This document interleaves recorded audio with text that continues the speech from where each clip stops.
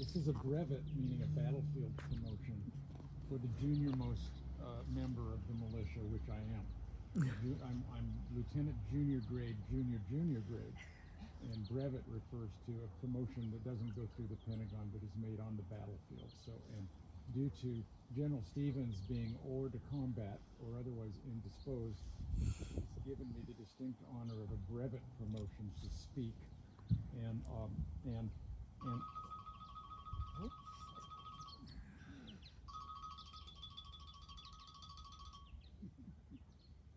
Hi, Betty Lou. and we'll. So, in that regard, I remember that's my commission, my brevet commission is to safety works. And first of all, to mention that Oysterville, 1854, is only 78 years after the Declaration of Independence, and which was in the lifetime of a very few. There were still a few alive when Oysterville was founded who had seen the Revolutionary War. So, and it was worth mentioning that Oysterville has been celebrating the 4th of July. We for at least half the length of the semi-quincentennial that we are currently celebrating. So, a semi-quincentennial, which is half of 500, is what we're celebrating today. And Oysterville has been celebrating the 4th of July for more than 125 years, more than half of that length of time, which is amazing and to be commended. And I asked General Stevens about the arrival and disposition of the first Oysterville cannon, and I have it on reliable authority, meaning the general herself. The first cannon did arrive on a ship, presumably from the San Francisco area. It was dropped off to make more room for oysters to ship back to San Francisco, and eventually was blown up due to a series of mishaps or hanky-panky by the locals, who were picking up ballast off the shores and decided that they knew perfectly well how to fire it, and almost did themselves in. One gentleman who actually was wounded by the destruction of the original Oysterville cannon was taken to a hotel on the peninsula, I believe the Gilbert Hotel, and to recover, and fell in love with the hotel keeper's daughter, subsequently married her. Whether he still had a piece of shrapnel in his head or not is beyond my commission. So in any event, there's a lot of history associated with the first Oysterville cannon, which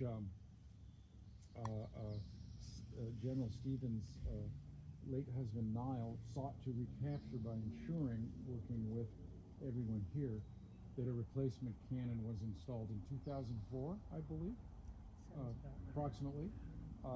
And that's been here, and the noble tradition of the 4th of July being accompanied by a resounding boom has continued, at least since that day, and to the best of my knowledge, there's been no local or visitor who's been blown up during the modern era. And that is the safety record. The safety record of the crew is to be commended, as is the history of Oysterville, one of the most historic places in the state of Washington, and certainly on the peninsula, and one it is my honor to be General Stevens' substitute to speak at today. So welcome to you all. Welcome to the cannon firing for our nation's semi-quincentennial. And it took me many months of practice, but I can say it in one syllable now.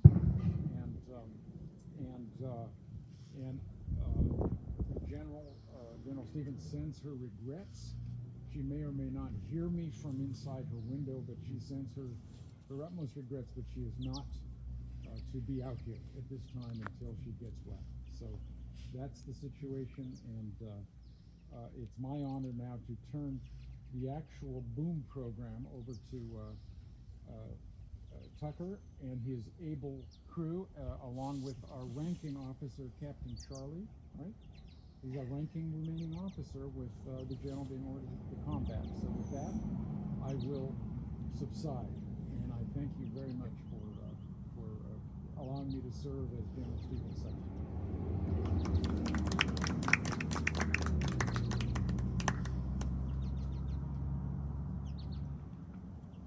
So I'm being assisted by these two members of the militia, with Charlie Talbot here and Brian Foster. And this will be the first time that Brian's had a chance to actually hold a lanyard to set the gun off. So this is kind of a special time, and it's kind of a little bit of an initiation in a sense. So we're going to kind of take our time and go through this. Normally we have Sydney giving us the orders, but today I guess I'm going to be giving more of the orders.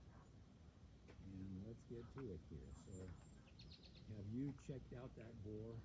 I did it myself. I think it's in good condition. Okay.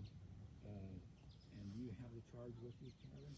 We have the charge over the box. Why don't you get the charge ready?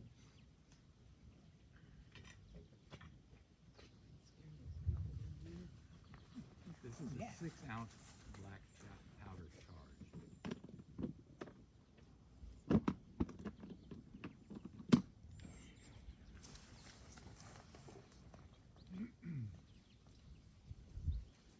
Okay, load.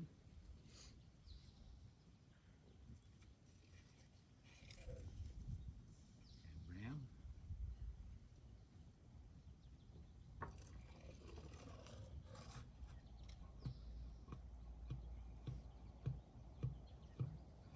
Critical that the load gets all the way back in the back of the cannon, because the touch hole is at the very end, and if you don't have it,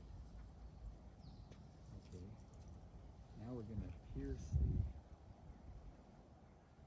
aluminum foil. We're going to pierce that so that when the detonator goes off, the fire will go straight down and it will set off the charge.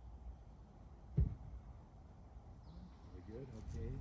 So Charlie just put a needle down through the charge, and when he brought it up, he put his fingers on it, and he could tell that some of the powder came off on his fingers, so we know for sure that we're in good shape. Did you want me to hold something, Charlie? Do you want me No, I'm just going to set this over here out of the way.